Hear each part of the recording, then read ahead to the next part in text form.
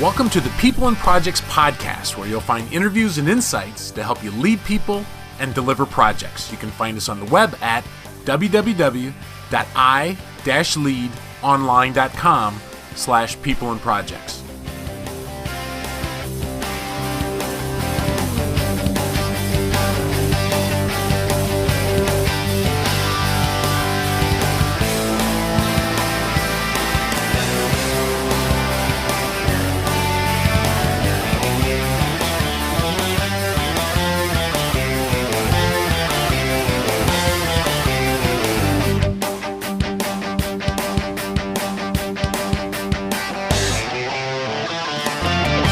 This is Andy Kaufman, President of the Institute for Leadership Excellence and Development. Thank you for joining us for this edition of the People and Projects podcast. So take a look around you. How engaged would you say the people are in your organization? Each workplace is unique, but here's a dose of reality.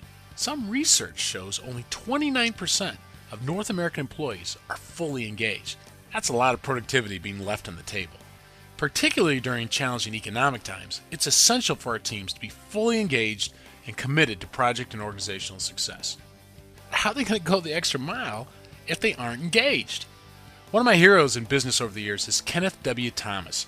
If you've sat through any of my leadership or conflict management sessions, you've likely heard me refer to Ken. His research and writing on managing conflict has significantly impacted me.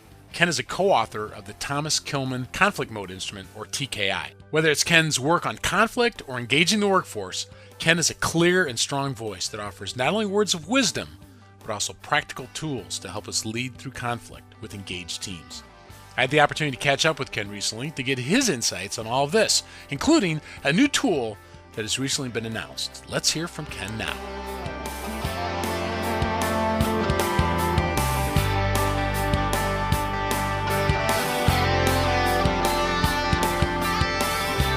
We're joined today by one of the foremost experts when it comes to managing conflict and worker empowerment. I first became a fan of Dr. Kenneth W. Thomas through his work as a co-author of the award-winning Thomas Kilmann Conflict Mode Instrument, also referred to as the TKI. Over 6 million TKIs have sold since its inception in 1974, and it remains my assessment of choice when helping leaders and organizations improve their ability to manage conflict. Beyond his work with conflict, Ken has added significantly to the research and discussion on intrinsic work motivation, including publishing the book Intrinsic Motivation at Work, What Really Drives Employee Engagement, published by Barrett Kohler and ASTD. Just recently, a new assessment was announced to the public, the Work Engagement Profile. We'll talk more about this with Ken in just a bit. Ken has served on the management faculty at UCLA, Temple University, the University of Pittsburgh, and the Naval Postgraduate School. He's also served as a faculty member for the National Association of Corporate Directors. His work combines both highly respected academic research and the development of widely used materials for practitioners. Ken Thomas joins us today from his home in Monterey, California. Thank you for joining us today, Ken. It's a pleasure, Andy. The TKI, this is unquestionably an enormous success story. You and Ralph Kilmann were very early in your career when you authored the tool. So back in 1974, did you have a sense that this tool would be as successful as it has been? Not at all, Andy. We actually designed it to be a valid research tool, but it turned out that the design that we used made it popular for training too. Let me explain that a little bit. We had learned that people tend to agree with statements about themselves that sound desirable and to disagree with undesirable ones. So to remove that bias, we asked people to choose between statements that were matched very precisely for how desirable they sounded. So it's easy for people to accept their scores without being defensive. All the conflict handling modes are treated as tools that are useful in different situations, so there aren't any bad scores. Yeah, I do love that about the tool. And I can't tell you how many times I've worked with an executive or a project manager, and they'll say something like, Andy, I just don't like conflict. And I'm always tempted to say, well, you know what? You might want to go out and be a farmer then, although I suppose farmers have to deal with conflict too. The reality is, when there's more than one person, there's going to be conflict. Yet it seems to be a skill area that even with all the success of the TKI, it seems to be underdeveloped. Ken, why is it so important for leaders and organizations to develop what I've heard you call before conflict literacy?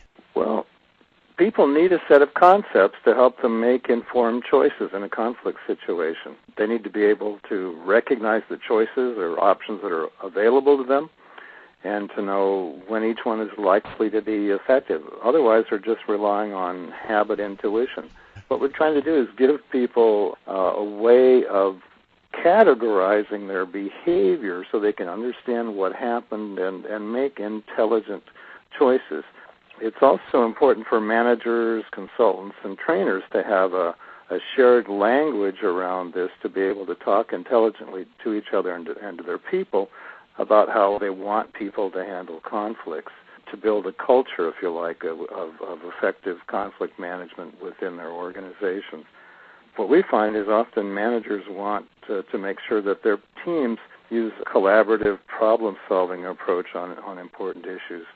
In order to do that, people have to understand what collaboration looks like, how it's different from these other kind of conflict handling modes, and when to use each one. Yeah, in fact, you mentioned conflict handling modes. That's a key part of the TKI design.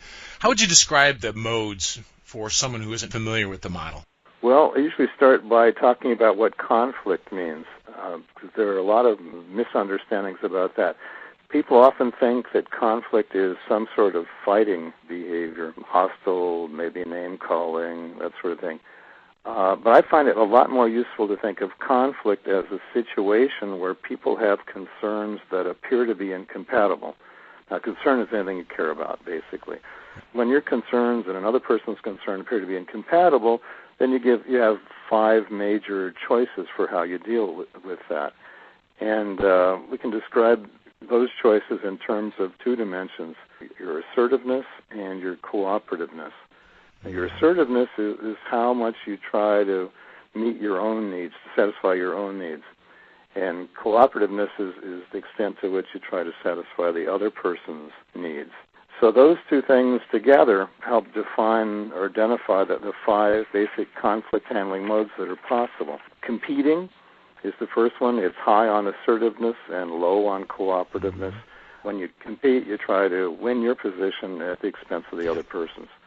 Accommodating is the opposite. It's low on assertiveness but high on cooperativeness. So when you accommodate, you're making a decision to sacrifice your own concerns to satisfy the other person. Compromising, the third one, is halfway between competing and accommodating. It's partially assertive and partially cooperative. So you insist on getting part of your needs met in order to allow the other person to get part of their needs met as well. You kind of split the difference often. There are 2 other approaches, too, 2 other conflict handling modes. One is avoiding, the other is collaborating. In avoiding, you are neither cooperative nor assertive. You basically make the decision to sidestep the issue and neglect both parties' concerns. And then finally, collaborating is high on both assertiveness and cooperativeness. There you problem solve for solutions that will fully satisfy both your concerns and the other person's concerns. So you're looking for win-win or integrated solutions. This is a behavior that plays a special role often in conflict training because it's a mode that managers like to see teams using, for example, when there are important issues at stake. So that's the 5 conflict handling modes. Yeah, that's it in a nutshell.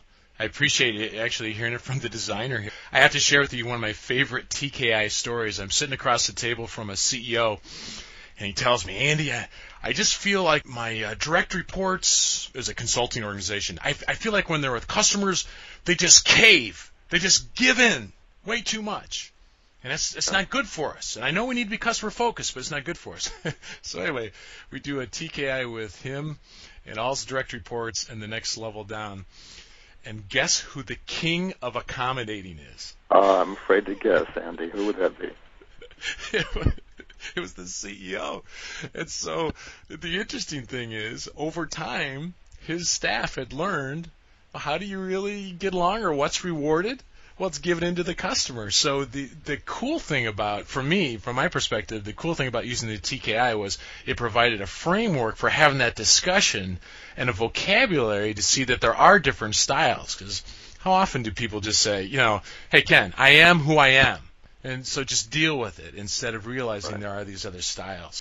Yeah, and you'll find people who say, well, I dealt with it the only way I could. Which is, you say, wait a minute, step back. Right, yeah, that's exactly it.